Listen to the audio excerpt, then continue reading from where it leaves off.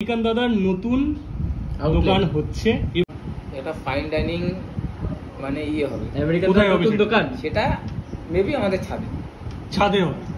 তাহলে কাকপুলের নতুন রেস্টুরেন্ট হচ্ছে আমেরিকান দাদা, মানে ছাদে হবে বলতে আমি ভাবছি, তোদের বলে দিলাম বাইরে থেকে সিঁড়ি করে একদম পুরো ছাদে চলে যাবে কাস্টমাররা। আর যদি সার্ভিস করতে হয় আমার ঘরের ভিতর থেকে লোকে গিয়ে সার্ভিস করবে, ঠিক আছে। আর ওই ভালো হবে এরকম না পাতাতে খাওয়াবো, বট পাতাতে খাওয়াবো, কলা পাতা খাওয়াবো, নর্মাল ডাইনিং এর যে প্লেট, ফাইন ডাইনিং একদম পারফেক্ট হবে। যেন দাম কি বেড়ে যাবে সবই চিন্তা ভাবনা করিনি, দাম বাড়ানোর চিন্তা ভাবনা এখনো করছি না। তবে আগে সেট আপটা করি ভালো করে, যেন প্রপার মানুষ বসে খেতে পারে, যাতে লাইনটা না দিতে হয়। যাক তুমি ভেবেছো মানুষের জন্য, এটাই অনেক। না ভেবেছি, আমি ভাবলাম যে অন্য জায়গায় দোকান করবো, যাই করি এই জায়গাটাকে তাকে ঠিক করতে হবে, যে যারা মানে মানুষজন আসছে তাদের তো একটুখানি ভাই, তারা দ্বিতীয় দিন আসবে না এত ভিড় হলে, 2 ঘন্টা 2.5 ঘন্টা লাইনে দাঁড়িয়ে গেলে, এটা ফ্যাক্ট ভাই, এটা রিয়াল, একদমই তাই। তো আমি খুব তাড়াতাড়ি এটা নিয়ে কাজ করছি ছাদের উপরে।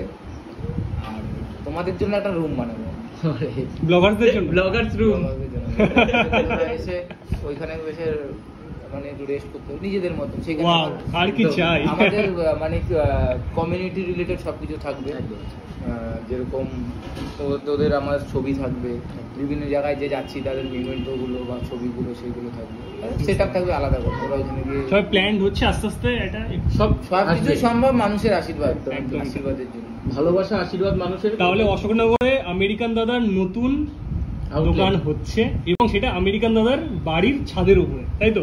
হ্যাঁ, এটা কথা আমি আমার দাদার সাথে আজকেই কথা বললাম, দাদা ঠিক আছে পারমিশন দিয়েছে। বুঝতে পারলাম। আমি তো আরেকটা কথা জিজ্ঞেস করছিলাম, শুনছিলাম তোমার দাদা নাকি আসবে আমাদের এখানে, আসবে সে মনে হয় দুবাইতে থাকে আই থিঙ্ক। তো আরেকটা কি হাবড়ার দিকে বা কোনো একটা আউটলেট খোলার হচ্ছে? দাদা আসলে ওখানে নতুন আউটলেট খোলা, 3 মাস পরে আসবে, একটু মানে ভরসা পাবে।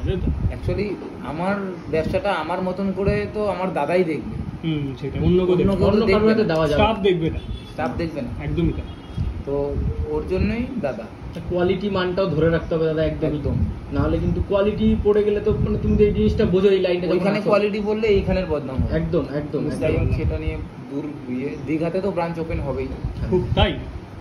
দীঘাতে খুব তাড়াতাড়ি ওপেন হচ্ছে, তাহলে ইলেকশনের রেজাল্ট। ওটা কি তোমার ফ্র্যাঞ্চাইজি নাকি নিজে? সব কথা হয়ে গেছে, ফ্র্যাঞ্চাইজি হবে, শুধু এই ইলেকশনটার জন্য কথাবার্তা এগোচ্ছে না। আমি যাবো, গিয়ে দেখবো, দেখে তারপর ওখানে নতুন একদম দীঘাতে গিয়ে তাহলে আমেরিকান দাদার বিরিয়ানি খাবো, একদম। আমরা সবাই তো যাচ্ছি ওখানে দীঘাতে দাদার সাথে বিরিয়ানি খেতে, দাদার দোকানে। আর এইটা খুব তাড়াতাড়ি এটা বেশি তাড়াতাড়ি হওয়ার চান্সটা। দুর্গাপুজোর আগে কি আমরা দেখতে পাবো আমেরিকান দাদার হাবড়াতে নতুন দোকান? হাবড়াতে জানি না, এইটা দেখতে পাবো, এইটা দেখতে হবে অশোকনগরে কাকপুরে। ঠিক আছে দাদা, সেদিন কিন্তু আসতে হবে সবাই, একদম একদম। সবাইকে একবার বলে দাও, ভিডিও থ্রুতে, আমাদের ভিডিও থ্রুতে সবাইকে একবার জানিয়ে দাও। এখনো কনফার্ম হয়নি, এটা আমি আমার মনের কথা জানালাম, একদম মানে 90% শিওর হয়ে যাচ্ছে। না ভালো করেছো, কারণ সত্যি মানুষজন, আমি নিজে হলেও 10 মিনিটের বেশি বা আধা ঘন্টা দাঁড়াতে চাইবো না। আমি আগের দিন তোর বৌদির সাথে সোনার দোকানে গিয়েছে, তোর বৌদি কি বানাবে, তা গিয়ে দেখি ভিড়, টোকেন দিয়েছি, আমি তো চলো তো এখান থেকে সেটাই। কিন্তু আমি যেরকম এরকম করি, তাহলে আমি কি করে এক্সপেক্ট করি যে মানুষ তোমায় কতটা ভালোবাসে যে তোমার জন্য দাঁড়িয়ে আছে, এটাই হচ্ছে না ঠিক সত্যি কথা। আর পর একের পর এক ফোন কিন্তু আসছে যে বিরিয়ানি কি। ঠিক আছে দাদা, ডিস্টার্ব করবো না তোমাকে, ফোন করছে। ঠিক আছে চলো, হ্যালো।